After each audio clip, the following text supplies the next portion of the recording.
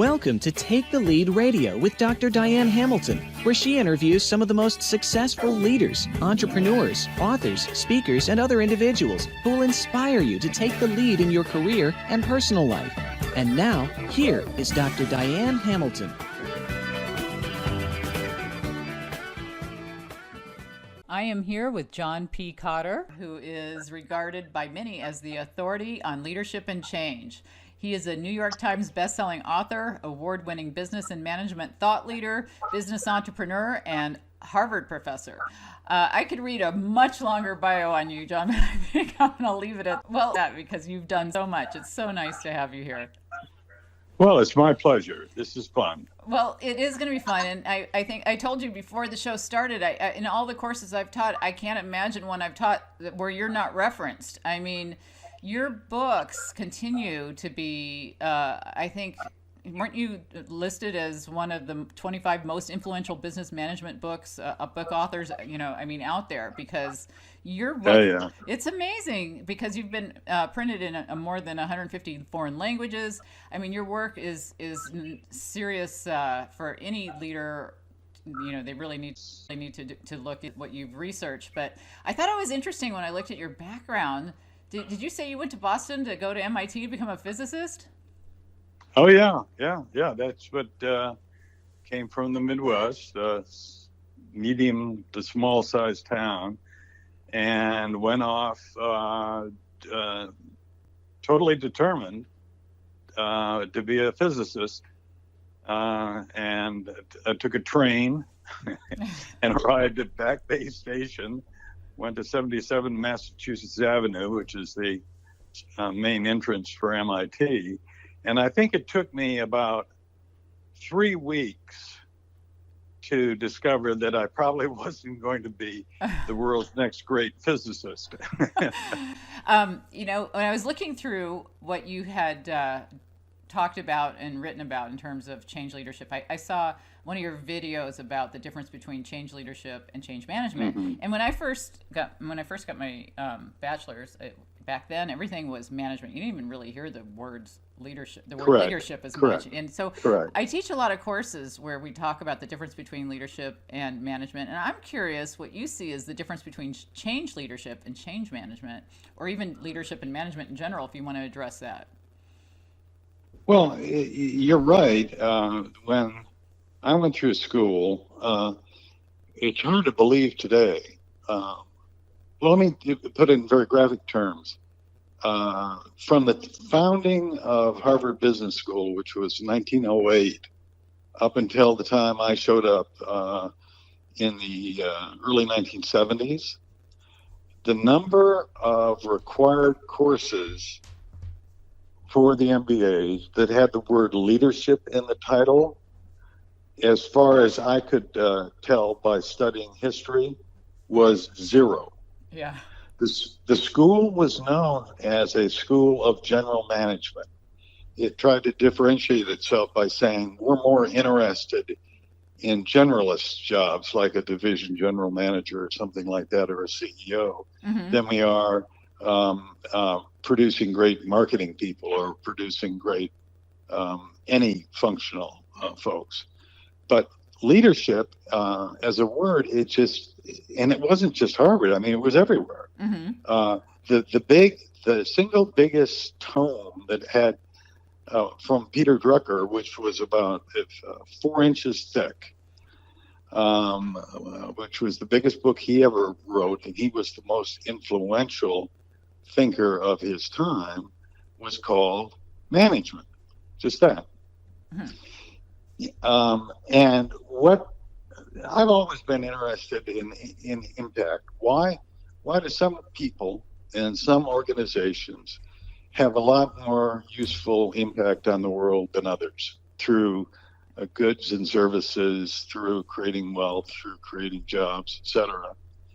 And in pursuit of that, I actually did a doctoral thesis that studied big city mayors during the 1960s, a very turbulent time that has some of the characteristics, as a matter of fact, that we have today. And the difference between the ones that all the experts said had the best impact on their city and the ones that had the worst was huge. And if you try to explain it using traditional management stuff, how well they planned, how well they budgeted, how well they had good control systems for the various departments of the bureaucracy, it was hard to explain that. And although political science, and just politics explained some, there was something else missing. And in retrospect, of course, what was missing was the leadership piece. And a few studies later, I went directly at it and found that when the people were using the two terms, and today still use the two terms as synonyms almost, right. Meaning, and if they differentiate, it's the higher you are in the hierarchy, the more you get called a leader, and the more you're in the middle ranks, the more you get called a manager, quite independent of what you do. Right. And what we found is now a much better way of thinking about this, and indeed the greatest leaders that I got to know through my own research, sometimes through students who came to executive ed courses at Harvard, the best were often able to, in a stumbling way, differentiate. And some of the first writing on this was in the vein of they're different and management is bad and leadership is good. And that didn't make sense to me. And pretty quickly, again, studying organizations with more impact, more success, and leaders that were doing things that others thought were quite outstanding, we found a useful way to think about this is that there are simply two different sets of actions, processes, behaviors that serve different functions. Management indeed is all about planning and budgeting and organizing and staffing and controlling and its metrics and the like. And when it's done well, what it can do, its whole function is to take these complex businesses and government agencies and nonprofits that we've created almost entirely in the 20th century. Very, very little of this existed before. And it can, despite the complexity and the potential for, breakdown every minute, make them efficient and reliable. In other words, they promise a certain quality, they get that quality. That's quite different from leadership, which is much more about change, transformation, and creation. So leadership is associated with the vision word, and getting people to buy into the vision and empowering them and enabling them to pick up something that their hearts are wrapped around and really run with it to make kind of astonishing things happen, even if there are a lot of barriers and even if it requires a lot of change. So in a sense, leaders create the systems that managers manage. And as the world changes, they're the central force in helping organizations adapt, get ahead of the curve, not fall behind, by mobilizing people to do new things in new ways to thrive. Well, and the word you, of course, are going to use quite a bit since you're the expert on it is change. And in your book, Leading Change, what was it, 96, where you wrote that? you Yep. created this 8-step process for change management, and then you used some of that in your book, Accelerate, in 2014, right? So Correct. what did you see changed in regard to how you originally saw that 8-step process? Anything? Well, Would you change anything about, speaking of change, would you change anything?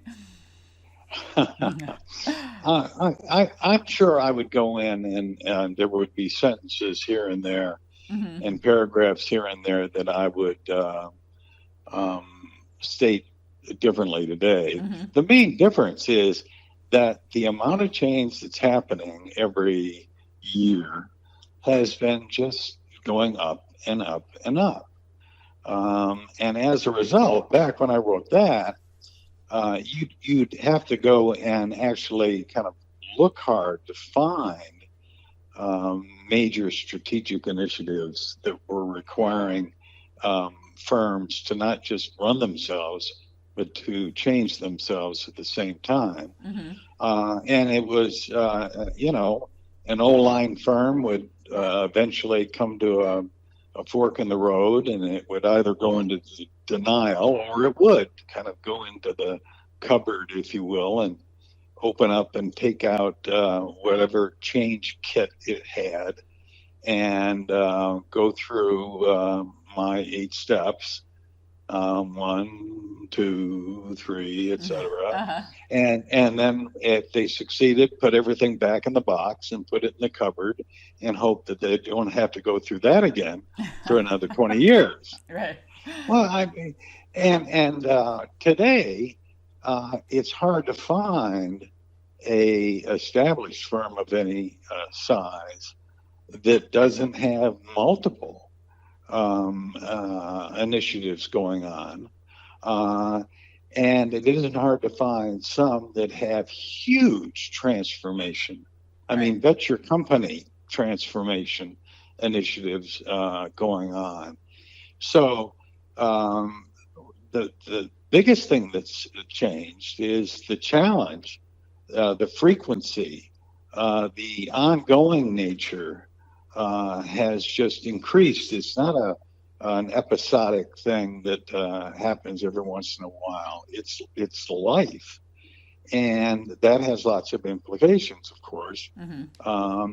Because if it was difficult enough when it was episodic and once every 20 years, well, pile on, you've got 3 things going at once, and as soon as they're done 2 years from now or 3 years from now, you might have 3 more or one gigantic one.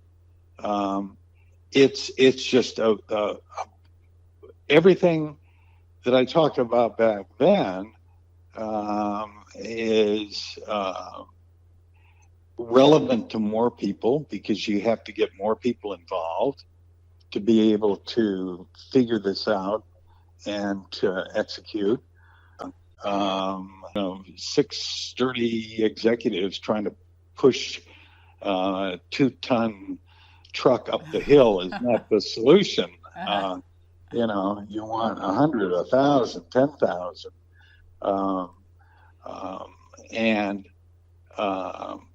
And firms are struggling because it's a standard thing. The future is not the past, and people who've been raised particularly and rewarded again and again and again and again for being great managers.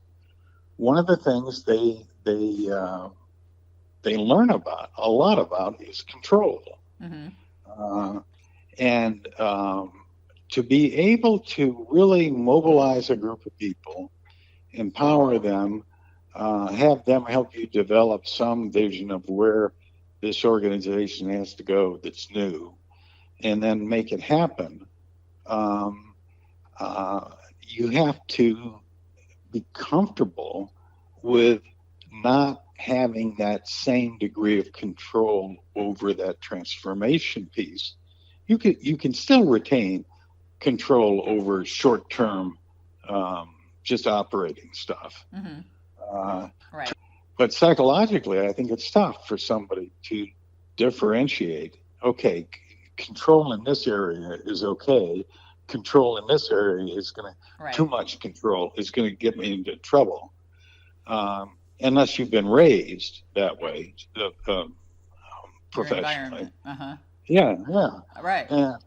And so, I mean, this is a global challenge. It's hard to find safe haven industries anymore. I mean, even electric power monopolies are breaking down, where there's competition, not only from other players, as one CEO I know says, both for almost our entire history, we've had a monopoly on selling electrons. Both of those are going away. The future is probably not going to be just selling electrons, and I'm going to have competition for that. And he's got an organization with a culture, of course, that was created during very different times. So he has a huge transformation challenge in his hands. And this is life. I think it's a very exciting life. It can be scary. Yeah, definitely. Because the hazards, are real and can be, at the extreme, kind of deadly. But the other thing that, of course, change does is it opens up opportunities and possibilities, and even deadly issues. You can rise again, according to your book in 2016, right? You can go through the rise and the fall and then rise again. Can we resuscitate the Kodaks of the world? I mean, what examples do you have of organizations that have risen again that just have impressed you? Most of the ones that we know about are 10 years ago. Long story, but I was looking for kind of new frontiers myself, and we tried a number of ways to have impact beyond my books and my teaching at Harvard and running around the world making speeches. But we finally decided if we were going to be serious about trying to take it up to the next level of actually being able to help people, we'd have to start a real business. Okay. And we did. And it goes by my name. I think the legal name is Kotter International, although everybody calls it just the Kotter Company. And a lot of the examples that I know of course, are and that I'm convinced know enough that it's not just a PR story, but it's real. Yeah. Are from our clients, because I saw it up close. And these tend to be, $1 billion, but not $10 billion companies. Most of them names you wouldn't recognize, and we're not supposed to, unless the website says it's okay to talk about them. But we're working with a company right now that will remain nameless, but it's got to be a century old. It's been enormously successful. It has a new CEO as of the last 6 months, and he is smart enough to recognize that his industry is changing faster than it ever has before, and even though they're making lots of money, they should be, and they need to be, not just making some adjustments here and there to be better, right? But they need to literally go through, and he uses this word all the time, a transformation, right? Journey. the transformation journey. And he talks about this being about a historic point in the company's history, that the journey is only going to be successful if the hearts and minds of thousands of employees can get engaged in this to help them figure it out, because a lot of innovation is going to have to come from somewhere. Right. And even more so, a lot of old habits are going to have to be broken and discarded. Well, that's so interesting, because that's kind of what I was trying to do with, and we talked before the show about curiosity and measuring the things that keep people from being curious. I think we're going to hear so much about innovation now because of AI, even more so than ever, maybe.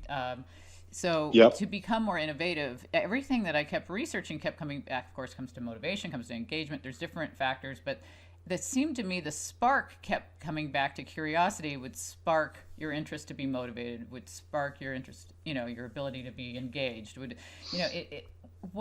How much do you think curiosity is going to play a part in innovation? And is that part of the whole transformation process, is determining the things that hold people back and not letting their fears or their assumptions or technology or their environment hold them back? How do you think that that's something we're going to be able to do with organizations? Yeah, I mean, I don't want to understate in a idealistic way the size of the challenge we're facing, because it's a big one. Right. But I've seen enough examples now of people achieving what they thought at the start was not achievable. Right. That I can say, based on evidence, not just on ideology, if you will, that more is possible if you know what you're doing and you get into it. Curiosity is not something I've written about. I'm glad you have, actually. But I think it is without question a factor here. And I think the human brain, the way I think about that these days is the central hardwiring that's so relevant to life in general, for sure, but specifically for work too. It's as if we've got these two systems or channels in our heads. One you might call the survive side, and one you might call the thrive side. They both have kind of radar systems that for survive, they're looking for threats. For thrive, they're looking for opportunities. When the radar systems see something, immediately they send out signals that impact our emotions, our body, literally heart rate and blood flow and all of that, and our minds. And for survive, it's very much, the old fight or flight type. Right. You go, your heartbeat goes up, your muscles tension, your mind focuses like a laser on whatever the perceived problem is, and you go into if we go back far enough, you're walking through the savannah. I'm going to get this wrong, but you'll get the idea. Out of the corner of your eye, you see the saber-toothed tiger. Everything focuses on that in a nanosecond. Your muscles tense, blood, adrenaline goes, and you scamper up the closest tree in record time, and you're safe. Boom. We're around today because this survive system in our brains is very powerful. And despite the fact that zillion items of species have died out over the last a couple 100,000 or million years, we haven't. Right. But one of the problems is when that kicks in, and that really focuses like a laser and moves quickly, curiosity just isn't a part of that. And the fear overwhelms the. Yeah, Right. the basic emotions involved tend to be anxiety, sometimes anger, or shame, even. Shame. Mm-hmm. I screwed up. I got into this bad situation. Right. So our inner voice takes over. Right. Right. But we also are blessed, and the reason we not only exist, but we run the place, that is to say the earth, is we've got another newer, in terms of time, system in our brains that you might call the Thrive side. Like I say, it has a radar system that focuses on opportunity. When it sees something, it sends out signals too. But in this case, the emotions tend to be positive. They tend to be more excitement around opportunity, possibility, right, passion, etc. The body does get an increase in energy, but it's not a jolt. It's not a spike like you get in Survive. It's just energy level kind of goes up a notch. And the mind, if anything, really doesn't focus narrowly. It sometimes even expands and becomes more curious about the question of, what exactly is this opportunity, and how might I take advantage of it? And as long as the mind can get a handle on that and can take some steps that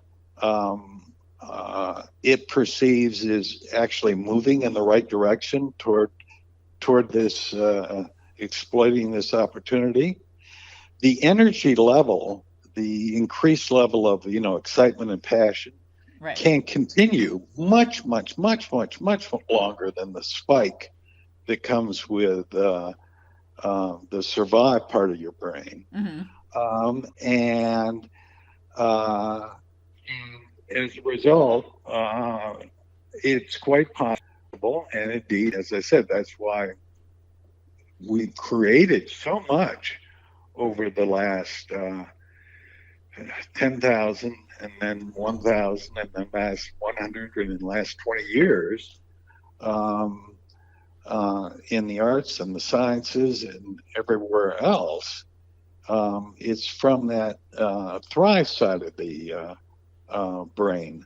The challenge that a lot of companies have right now is they are run in a way that sets off people's Survive radar systems all the time, to the point where they're overheated.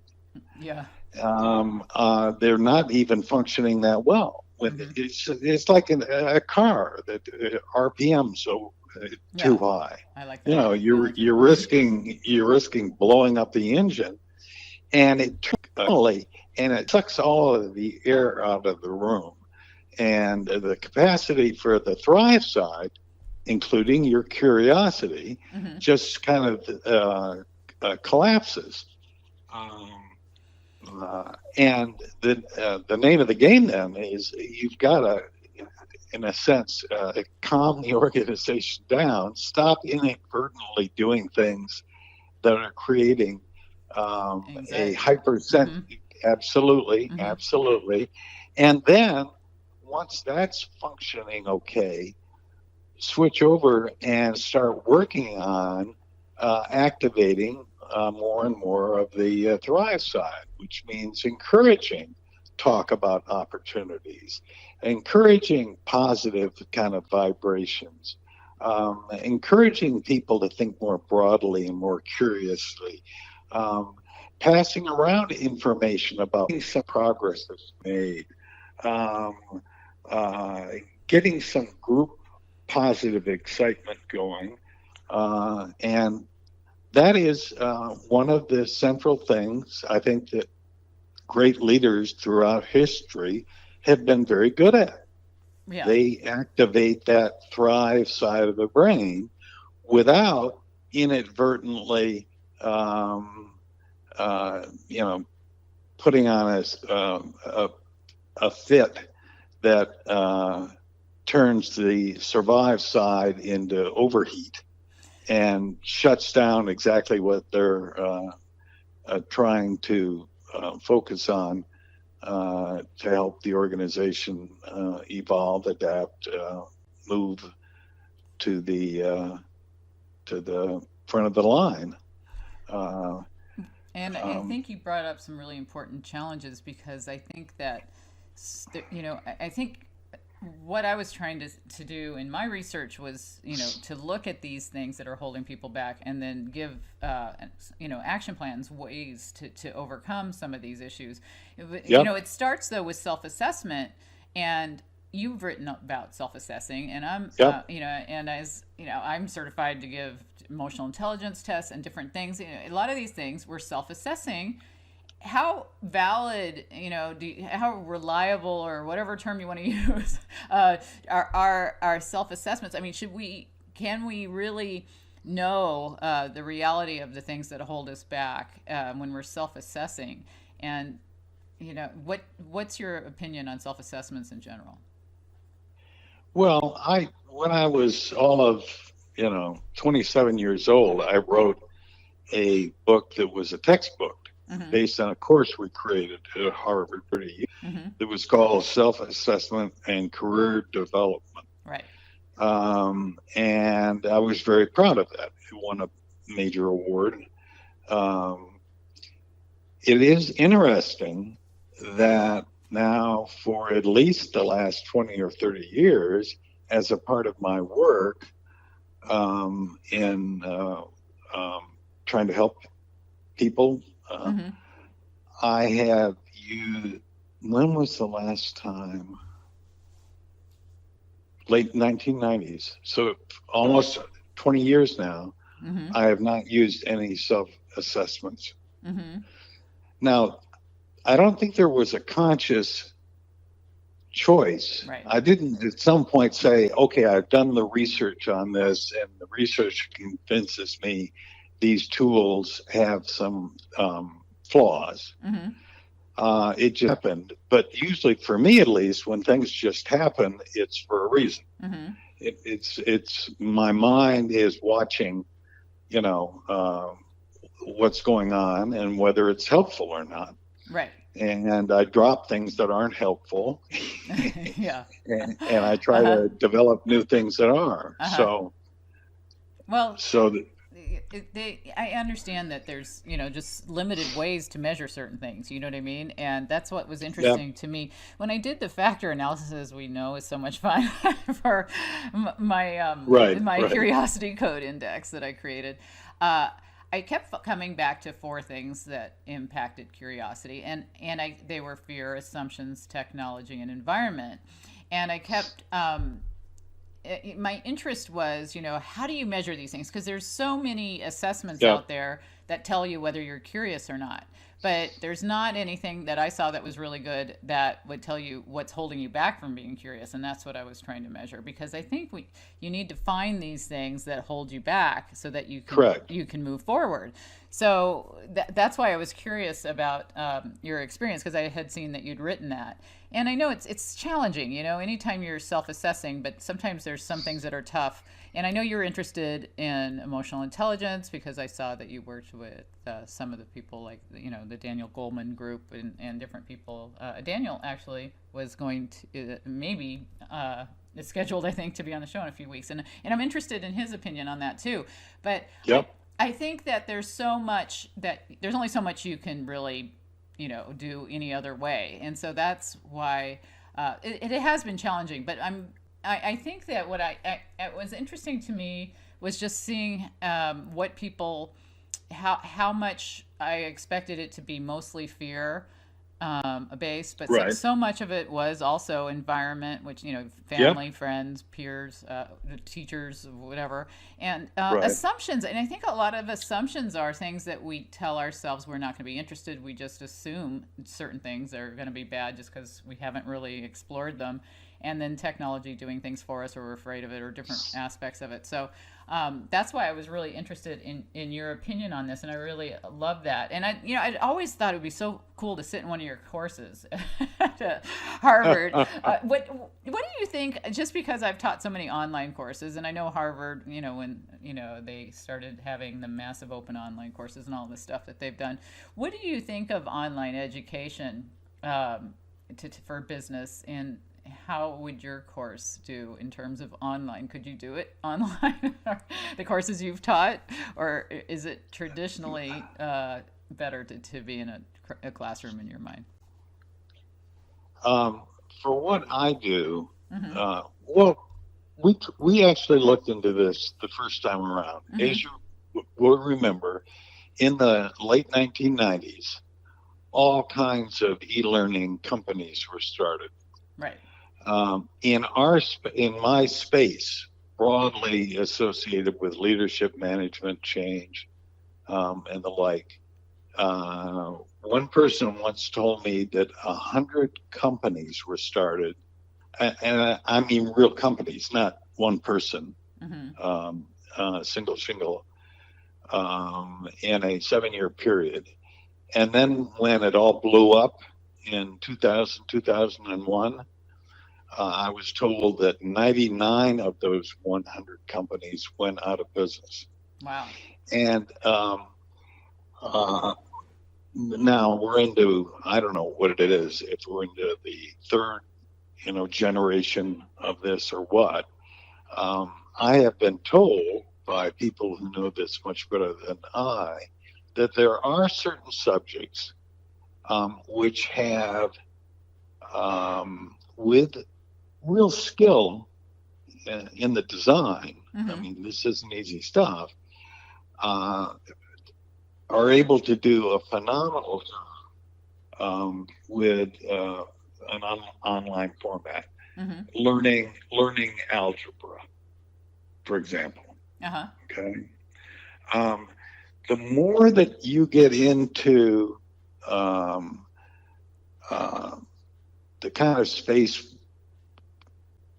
I deal with and you deal with, that is not algebraic, Mm-hmm. if you will, Uh-huh.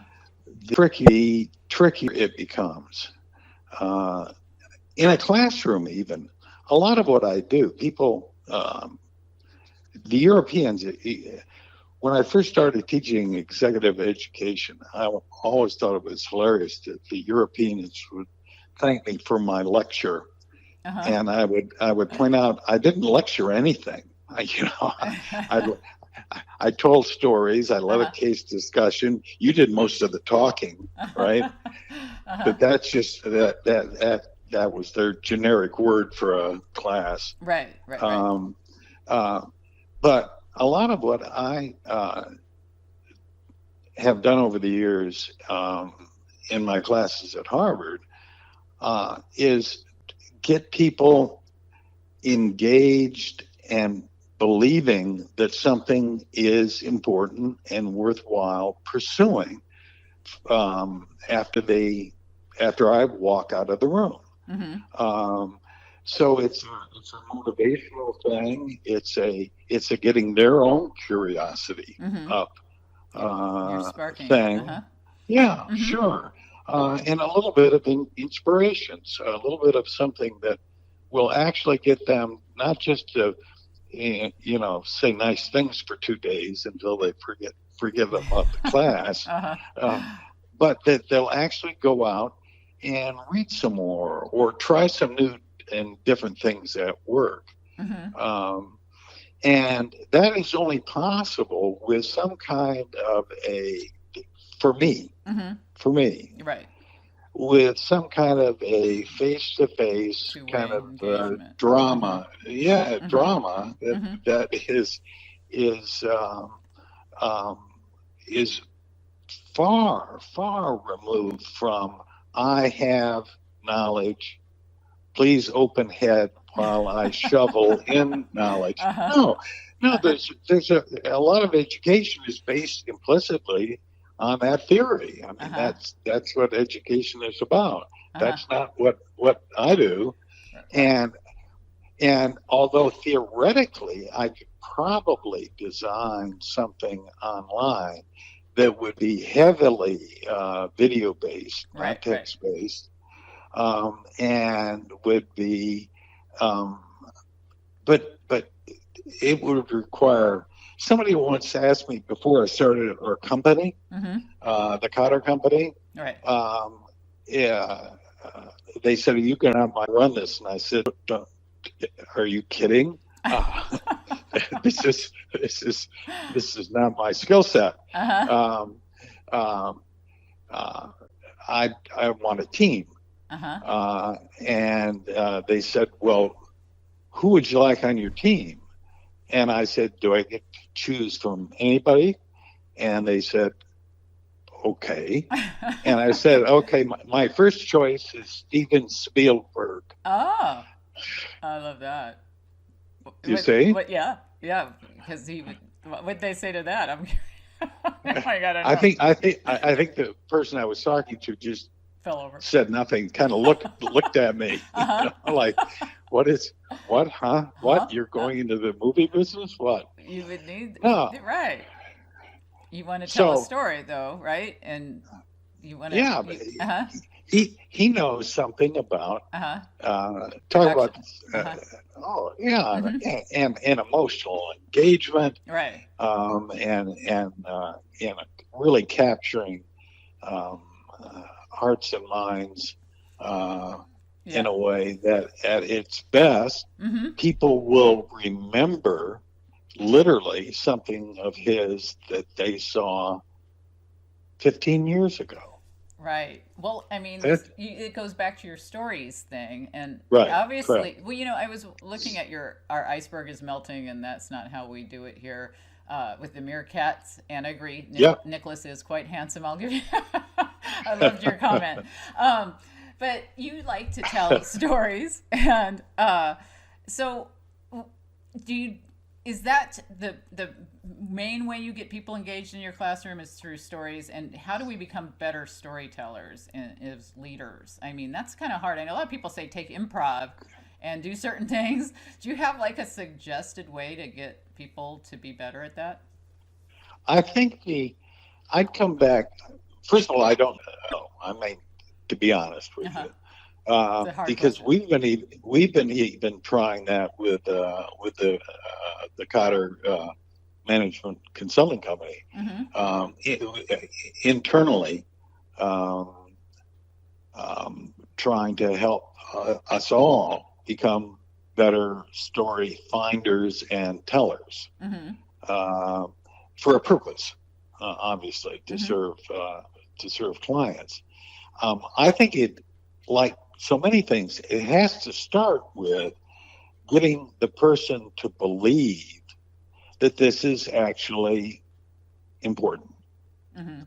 Because if they just intellectually, you sell them the case, there's some evidence that great leaders are good at storytelling, and I want to be a great leader. So, okay, fine. Tell me something about storytelling. Yawn, no sense of urgency about this as a topic that I should be pursuing. No, to use your term, real engaged curiosity that would allow me to go out and start paying attention to who among my peers, subordinates, and bosses is good at storytelling. Right. What do they do? Okay, why do I find them good? Because ultimately, it's that without that motivation, I'm sure you could give them a terrific book or a terrific couple of coaching lessons, and it just kind of washes off. Get them really convinced and motivated to want to do something. And people, intelligent human beings, if motivated, can be very creative. And among other things, depending upon their learning style, in either watching or asking or reading or other. But it's got to start with that. Yeah. Well, I think that there's so many great leaders out there that have done a good job with storytelling, and there's some that have just used charisma or whatever it is that in a lot of I teach a lot of courses where we talk about using charisma for good and bad, and there's just so many different case studies. But I noticed that you said your favorite leader in the last 50 years was Nelson Mandela. Is that still your favorite leader, or is there any others you'd like to add to the list? Yeah. I was just talking to one of my guys who is in Delhi right now, because his wife has a fabulous job there. So we have a Delhi office. And the challenge he's facing is going outside on some days you can't do. The air quality is in a number of Asian cities is worse than LA ever got. And it's which brought us around to an article I read earlier this morning about Elon Musk sharing some statistics yesterday on the air quality system that is built into some or all, I'm not sure, of the S's and X's of his Teslas that actually can take garbage air, I mean really foul, make you sick air, and purify it to a level that is healthy and breathable, which brought us to a conversation about Elon. And my guy in India was saying, it's a compelling story, and wondering the drama. Is he going to end up, the great, the next Edison, or is he going to blow up? Yeah, it'll be interesting to see. He's so compelling to watch. He doesn't seem to have a much level, very high level of fear. You know what I mean? He just jumps in. It's hard not to be interested in watching Elon. He's on the top of my list for people to watch. And he's somebody that we discuss a lot in business courses, and Steve Jobs always comes up for different reasons. So there's so many great examples, but I have been fascinated by your work for years, and I was really excited to have you say you would be on the show, because your work is just, it's hard to be anywhere near any business course, and your name's like everywhere. So it's for good reason, because you've done so much research, and very impressed with everything you've done. And it was so nice of you to be on the show. I wondered if you have any kind of a link or anything you want to share at the end, in case people want to buy your books or contact you or find out about your organization. I think if you just put Kotter into your browser, you own that word. You'll get more about me and the company and everything else that you can dream of, or Kotter International. I think that pulls up the company directly. And there are a lot of videos, like I said, that are YouTube free. And we've tried to make them short, usable, user-friendly, and helpful. So take a look. Yeah, they are. I've watched a few and they're great. And it's been so nice to have this chat. John, thank you so much for being on the show. Diane, it's my pleasure. You're terrific. Oh, thank you.